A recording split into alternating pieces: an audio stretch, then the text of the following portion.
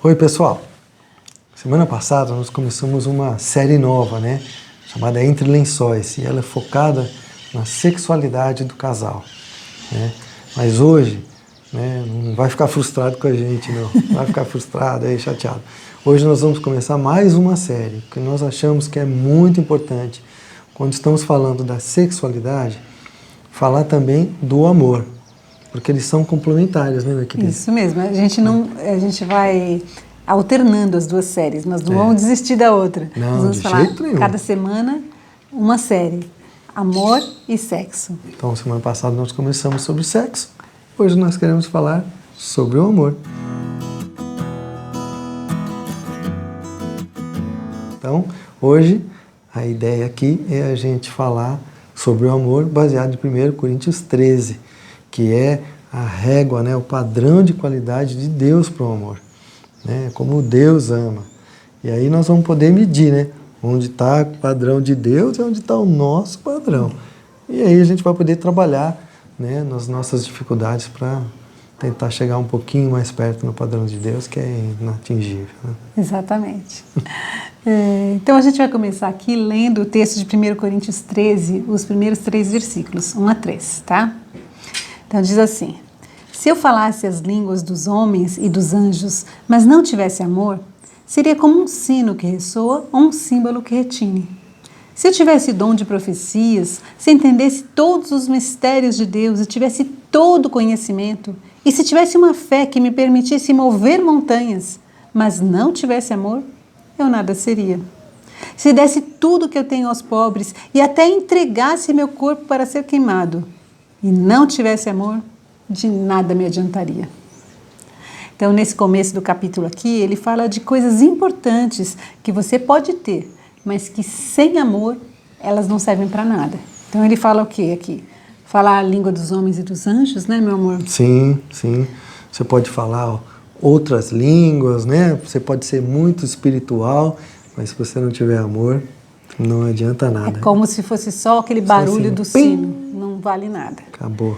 Você pode ser um profeta, você pode entender todos os mistérios de Deus, ser muito religioso, ter todo o conhecimento, ter uma fé imensa. Mas sem amor, não vale nada Não vale também. nada.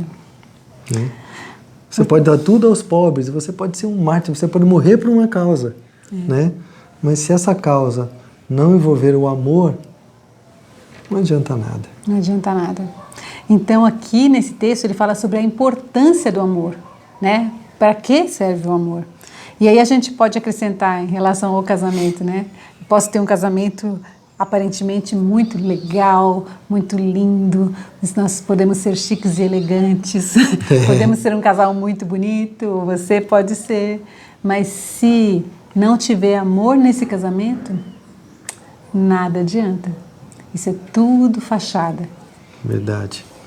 Então, é por isso que nós decidimos falar sobre o amor. E nós vamos intercalar os nossos vídeos, para que a gente possa ter uma vida melhor, uma vida que seja inspiradora, e não só parecer bacana, né? Ser chique, ser legal, mas realmente fazer o que importa. E aí o sexo faz sentido, né? Se ele está permeado pelo amor, senão não tem sentido. O sexo sozinho é sem graça. Né? Se tiver amor pela pessoa com quem você está fazendo sexo, faz toda a diferença. Exatamente. Então aí a gente vai para o versículo 4, e hoje nós vamos ficar nesse versículo só, onde ele diz assim, lá no 1 Coríntios 13, o amor é paciente e bondoso, o amor não é ciumento nem presunçoso. Então nós vamos falar desses 4 aspectos do amor. Ele é paciente, ele é bondoso, ele não é ciumento e ele não é presunçoso. Puxa vida, e o que é ser paciente no casamento? Bom, em primeiro lugar, paciente não perde a calma. Ih, é difícil, hein? Já complicou. Já complicou a nossa vida. Mas é verdade, se você precisa ser paciente, né? Você não pode ficar irritado por qualquer coisa. Você tem que cuidar de você, né? Por que isso me irrita? Por que isso faz mal para mim? Por que aquela coisa é tão importante? Não. Descubra qual é o motivo que te faz ser tão irritadiço, trabalha nisso. E, inclusive, o amor é paciente mesmo quando o outro não age como deveria agir. Então, muitas vezes o outro é grosseiro por algum motivo e, mesmo assim, o amor é paciente. O amor não é paciente condicionalmente ao que o outro faz. Não, o amor é paciente sempre.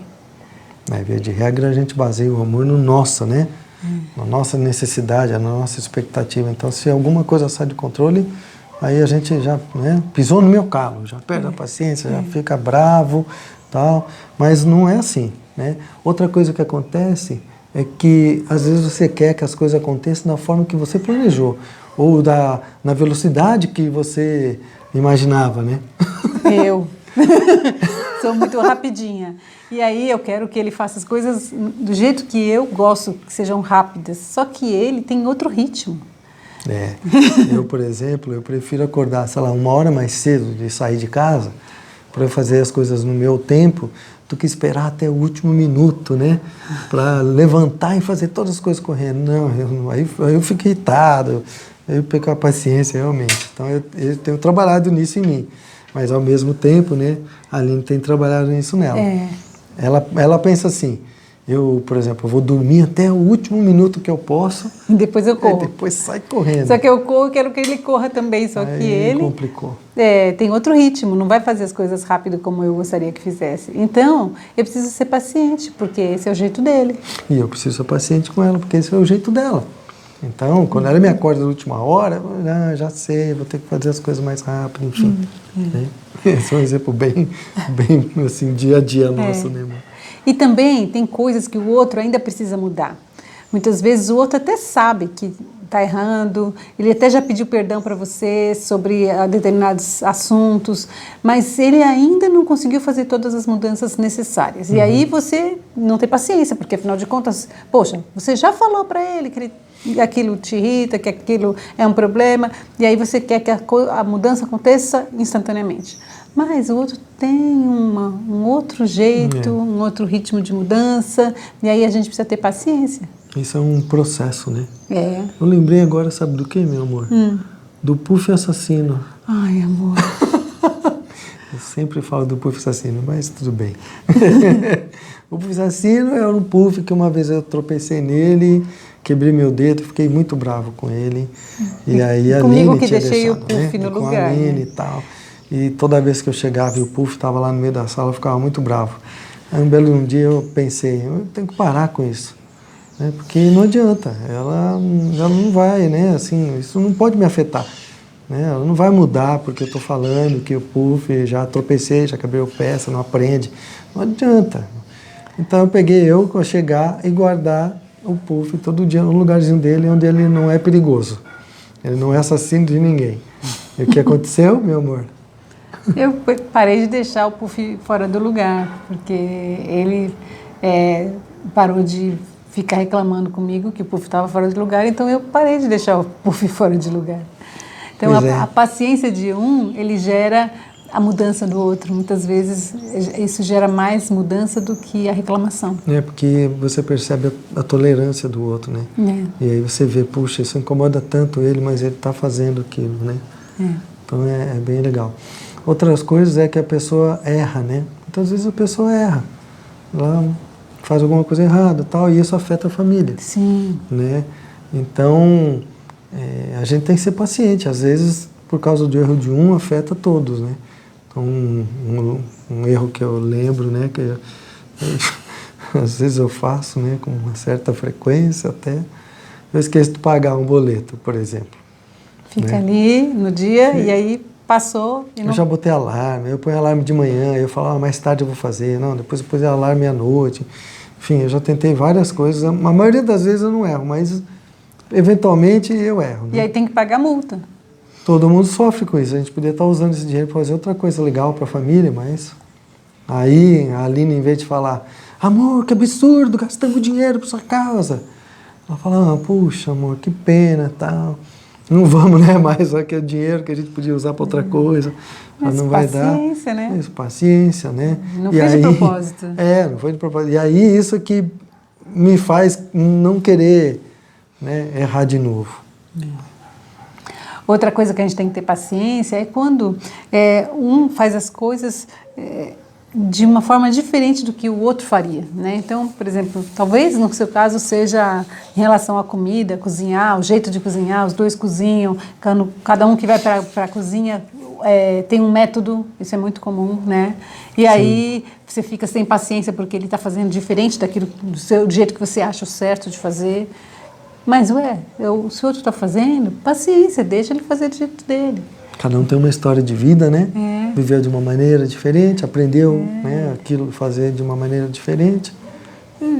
Isso se aplica a todos os aspectos, né? A gente tem as diferenças como o jeito de dirigir, então cada um dirige de um jeito. Eu sou mais agressiva, ela é mais calma.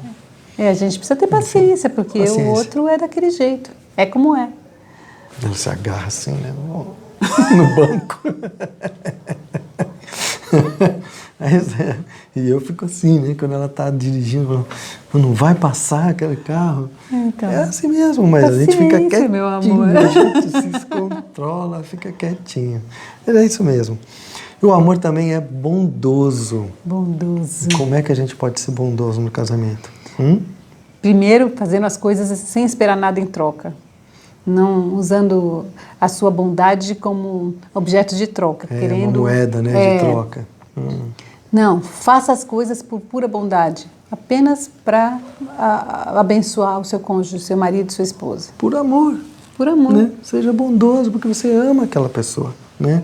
Faça pequenos agrados. Sim. Né? Se você lembrar dela durante o dia, sei lá, dá uma ligada, ou então compra um bombom, né? Chega em casa com algum agradinho, alguma coisa, né?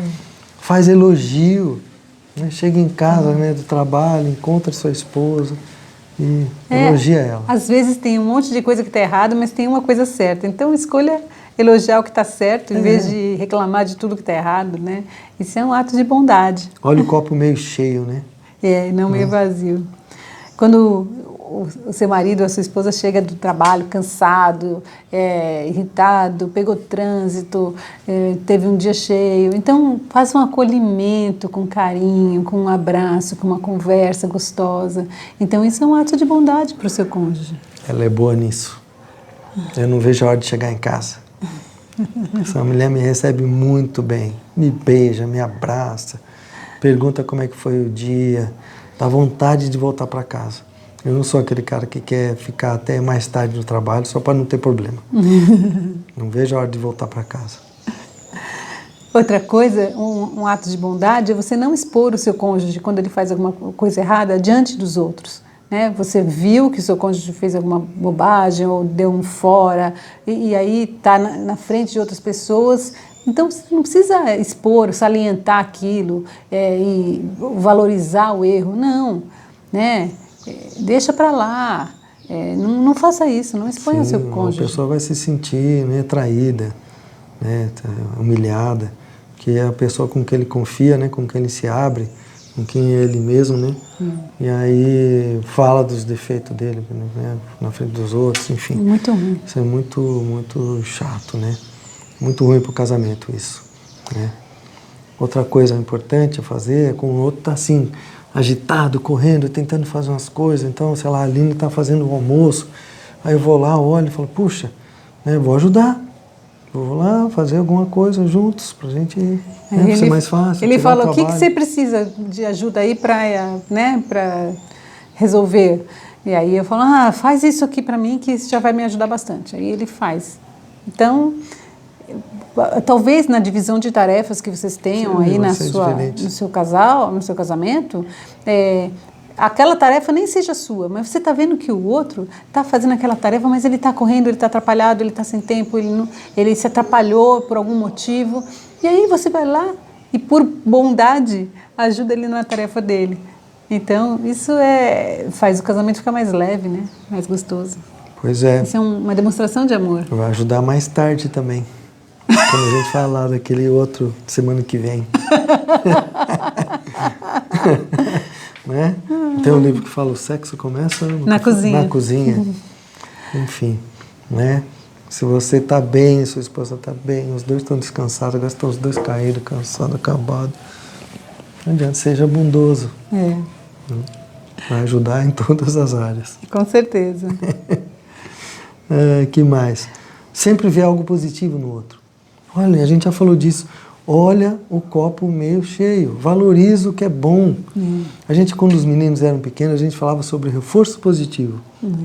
Quando a gente não queria que eles fizessem alguma coisa, a gente fazia muita festa quando eles não faziam aquilo. E não dávamos bronca quando eles faziam. Né?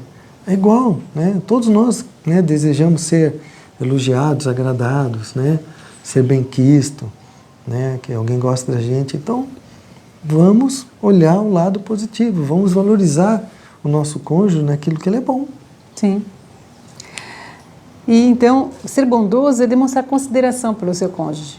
Isso é uma demonstração de amor, né? É isso que você deve buscar ser, bondoso. Isso mostra que você realmente ama seu cônjuge. Verdade.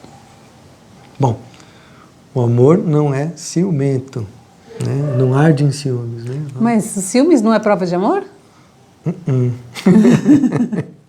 Acho que não, Acho né? que não. Ai, meu Deus. Acho que o ciúmes está bem envolvido com como eu me vejo, né? E como eu vejo o outro, né? Se eu desconfio, se eu acho que eu tenho uma baixa autoestima, enfim. Mas o que eu preciso fazer para não ter ciúmes, então, né? Se o ciúmes não é legal. Primeiro eu preciso cuidar de mim mesmo. É. De como eu me vejo, de como eu me sinto nessa relação, de como eu enxergo essa relação de confiança que nós temos, né? Porque se não há confiança, se eu me acho menor ou pior, se eu me acho indigno do meu cônjuge, então eu vou ter motivos para ter ciúmes, né? Vou me comparar com os outros. Qualquer pessoa que venha conversar com o meu cônjuge, eu vou ficar me comparando. Ah, ele é melhor que eu. Né? Isso não só contribui para a gente ter os ciúmes e arranjar problema em casa. Né? Isso gera insegurança. Então, Exatamente. se eu me sentir seguro, né, eu não vou ter ciúmes. E aí isso depende de mim e depende do meu cônjuge. Sim. Né? De ter ações que sejam de proteção de ambos. Né? Eu tenho que me sentir seguro e ela me dá segurança. Isso. De que eu não preciso me preocupar. E aí, então, eu não tenho ciúmes. Exatamente. Então, em vez de a gente alimentar o ciúme, a gente tem que investir no relacionamento, né? Tem que confiar. Confiar, exatamente. E o outro tem que demonstrar que ele é de confiança. Então, é uma troca, né? Eu confio na Aline, a Aline confia em mim. E a gente não dá como eu digo, abertura, né? Para que outras pessoas tenham dúvidas. Exatamente. Né? O que mais? A confiança na aliança, né? Feita no casamento. Né? Nós fizemos nossos votos, nós mesmos escrevemos e tal. Né? E aí nós fizemos várias alianças lá, né? De cuidado mútuo, né? De amor, de respeito. E nós temos que confiar que nós vamos cumprir. Sim, Né? com certeza. Vamos cumprir isso daí. Agora, às vezes, um tem ciúmes porque o outro tem algumas atitudes que, muitas vezes, não é nem propositadamente, às vezes é sem querer, elas geram uma dúvida no coração do outro. Então, às vezes, a forma de se vestir, a mulher às vezes põe uma roupa que ela não percebe que é uma roupa provocativa, mas que o homem vê a mulher e fala, bom, se essa roupa me provoca, então ela vai provocar outros homens também. Homens. Então eu não gostaria que outros homens tivessem esse olhar para minha esposa como eu tenho, esse olhar é só meu, né? Sim. Então, muitas vezes o marido fala assim, essa roupa não tá legal. E aí a mulher muitas vezes acha que é um ciúmes doentio, imagina, não tem nada a ver. Mas se o seu marido está falando isso, quer dizer que essa roupa está provocando nele alguma coisa, né, meu amor? Sim, que ele não desejo, quer, né? um desejo que ele não quer que outros homens sintam, né? sintam. Então, às vezes, não é bem o ciúme, é um cuidado que você tem e que o outro tem que entender, né? E tem uma coisa também que as mulheres, elas são assim muito, como é que eu vou dizer, elas são rápidas, né? Elas percebem logo as coisas. Os homens são mais bobinhos para essas coisas, né? E E as mulheres logo percebem quando outra mulher chega perto do Marido. marido, né? Eu ia falar do seu homem, né? Com uma segunda intenção. Com uma segunda intenção. E os homens são meio bobos, tá? Às vezes não percebem, ela diz que é isso e tal. E elas ficam de olho, né? Então, assim, a esposa protege o marido também, fala, ó, seu bobão, cuidado, fique esperto, você não está percebendo isso. Então, tal. isso é um também cuidado. Pode parecer, às vezes, um ciúme doentio, mas pode ser um cuidado, porque ela está vendo uma coisa que talvez o marido não esteja vendo. Uhum. Né? É verdade. Então, cuidado. Agora, você pode ter atitudes que demonstrem que você não tem abertura nenhuma para outras pessoas na sua vida, né? Sim, eu, por exemplo, trabalhei muitos anos numa empresa, né? E na minha mesa sempre tinha fotos. Hoje em dia o negócio já é um pouco mais diferente e tal, eu sempre procuro ter foto também, mas naquela época eu tinha muitas coisas em cima da minha mesa, mas sempre tinha fotos da Aline e foto dos meninos, sempre. Outra coisa que eu sempre fazia, quando eu conversava com as pessoas, eu dava exemplo de casa e falava bem da minha esposa, como eu era feliz no meu casamento, né? Se você começa a criticar, né, a esposa, o seu marido, para as outras pessoas talvez até inconscientemente já acham que tem uma abertura ali, opa, ele não está feliz. Ele não está feliz, né? O Ricardão entra em ação. Né? Então, essa é uma coisa importante também, você não dá abertura, né? A outra pessoa sabe que você é feliz no seu casamento, que você está muito bem, obrigado, não precisa dela. É isso aí. Então, em relação ao ciúme, tem os dois lados, né? Sim. A gente tem que atentar para os dois lados. Você tem que estar seguro, né? Ter uma boa autoestima, e o outro tem que também, né, ter a sua segurança e te proporcionar segurança, um ao outro. Exatamente. E aí não tem espaço para os ciúmes, né? Isso. E a última coisa que a gente vai falar hoje sobre o amor, que é que o amor não é presunçoso. O que é presunçoso? Esse meio assim, arrogante, se acha o cara. É aquele que se acha melhor que o outro, né? Esse é o presunçoso. Então, assim, aquele que acha que não, a minha opinião é sempre a melhor. A minha família é melhor que a sua. O meu trabalho é melhor. O meu gosto é melhor. Nossa, eu ganho muito mais que você. Não, eu tenho mais bom gosto para decoração, para roupa. Eu sou o cara mais inteligente que eu conheço. Então, se eu acho que eu sou melhor que o outro, por que eu vou dar atenção para o que o outro diz? Você entende? Aí o outro fica, coitado, né, sem espaço para dar sua opinião. Porque cada vez que ele tenta falar, você rechaça essa opinião, você despreza essa opinião. Eu já sabia disso. Não precisa me falar nada disso, porque eu já sabia. Tá vendo? Pensei muito antes que você nisso. E aí o que vai acontecer? Aquele outro que está sempre sendo desprezado na sua opinião, no seu gosto, nos seus desejos, vai chegar uma hora que ele vai parar de falar.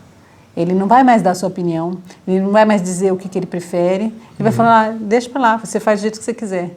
E aí eu, que sou presunçoso, falo assim, tá vendo como eu era melhor mesmo? Porque ele nem quer mais dizer o que ele acha. É muito chato, né? Muito chato isso, gente. Atrapalha a comunicação demais.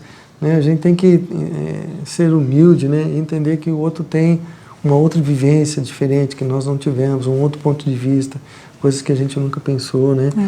Que nos complementam. Porque quando você é arrogante com o outro, também você está propiciando, né? Ajudando que ele tenha uma baixa autoestima. E aí a gente volta no ponto anterior, né? Dos ciúmes. E aí você começa a alimentar coisas ruins na outra pessoa. Né? Você tem que ouvir o que o outro tem para dizer. Tem que ajudar, né? Um ou outro, né? Crescer nessa área. Então, se você sempre acha que a sua opinião é melhor, que você é melhor, que você sabe mais, cuidado, para. Porque o seu cônjuge, sua esposa, seu marido, é uma pessoa especial, uma pessoa querida que Deus colocou na sua vida, que você escolheu para estar na sua vida também.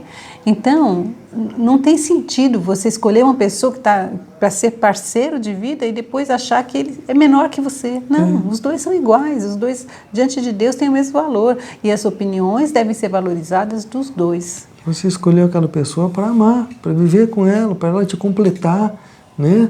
Para ser, que nem a Aline falou, seu parceiro de vida. Agora, Ao contrário, você casou com aquela pessoa porque ela era uma coitadinha e você falou, oba, vou aproveitar e vou espizinhar ela o resto da vida. Não faz sentido, né? Isso é querer viver uma confusão todos os dias em casa. Então, hoje nós falamos sobre 4 características do amor, não é? Que o amor, ele é bondoso, ele é paciente, ele não é ciumento e ele não é presunçoso. São 4 características que, se você avaliar essas características, você vai entender um pouco sobre qual a qualidade do amor que você está entregando para o seu cônjuge. Então, nosso desafio para você hoje é avalie a qualidade do seu amor nesses 4 aspectos. Converse com seu cônjuge. Eu tenho sido presunçoso? Eu tenho sido bondoso com você? Eu tenho sido paciente? Será que eu não estou sendo ciumento demais? Então, conversem sobre isso. E se você perceber que está falhando em alguma dessas áreas, peça perdão e decida mudar. Decida entregar um nível de amor mais elevado, mais perto do padrão de Deus.